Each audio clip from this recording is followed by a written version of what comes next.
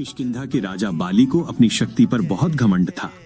उसे ब्रह्मा जी से वरदान मिला था कि जो भी उसके सामने युद्ध करने आएगा उसकी आधी शक्ति बाली के शरीर में समा जाएगी। इसी घमंड में चूर होकर बाली खुद को सबसे बड़ा बलवान समझने लगा था। एक दिन हनुमान जी वन में शांत बैठकर अपने प्रभु श्री राम का नाम जप रहे थे। उनकी आंखों में भक्ति के आंसू थे। तभी वहां बाली आया और अपनी ताकत दिखाने के लिए पेड़ों को उखाड़ने लगा और जोर जोर से चिल्लाने लगा। हनुमान जी ने बड़े शांत भाव से कहा, राजन शांत हो जाइए, प्रभु के सुमिरन में बाधा न डालिए। बाली ने अहंकार में हंसते हुए कहा, ऐ वानर, तू जिसकी भक्ति करता है वो राम भी मुझे नहीं हरा सकता। अगर हिम्मत है तो कल युद्ध के मैदान में आना। हनुमान जी अपना अपमान तो सह गए, लेकिन अपने प्रभु का अपमान उनसे सहा नहीं गया। उन्होंने युद्ध की चुनौती स्वीकार कर ली। अगले दिन जब हनुमान जी युद्ध के लिए निकलने लगे तो स्वयं ब्रह्मा जी उनके सामने प्रकट हुए। ब्रह्मा जी बोले, हनुमान, आप साक्षात शिव के अवतार हैं। आपकी शक्ति का कोई अंत नहीं है।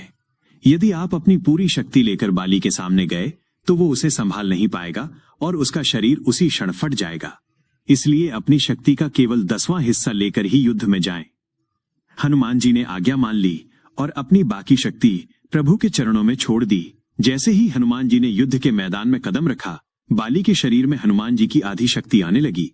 अचानक बाली का शरीर फूलने लगा, उसकी नसें फटने लगी और उसे महसूस हुआ कि उसके अंदर जैसे कोई ज्वालामुखी फट रहा हो। उसे सांस लेना मुश्किल हो गया। तभी ब्रह्मा जी वहां प्रकट हुए और बोले, बाली, अगर जान बचाना चाहते हो तो तुरंत यहां से भाग जाओ। तुम हनुमान की शक्ति का एक छोटा सा कतरा भी नहीं झेल पा रहे हो। अगर वो अपनी पूरी शक्ति के साथ आते तो तुम्हारा नामो निशान मिट जाता। बाली लहूलुहान होकर हनुमान जी के चरणों में गिर पड़ा। उसकी आंखों में पश्चाताप के आंसू थे। उसका घमंड चूर चूर हो गया और उसने रोते हुए क्षमा मांगी। हनुमान जी ने उसे उठाकर गले लगा लिया और सिखाया कि शक्ति अहंकार के लिए नहीं बल्कि सेवा के लिए होती है।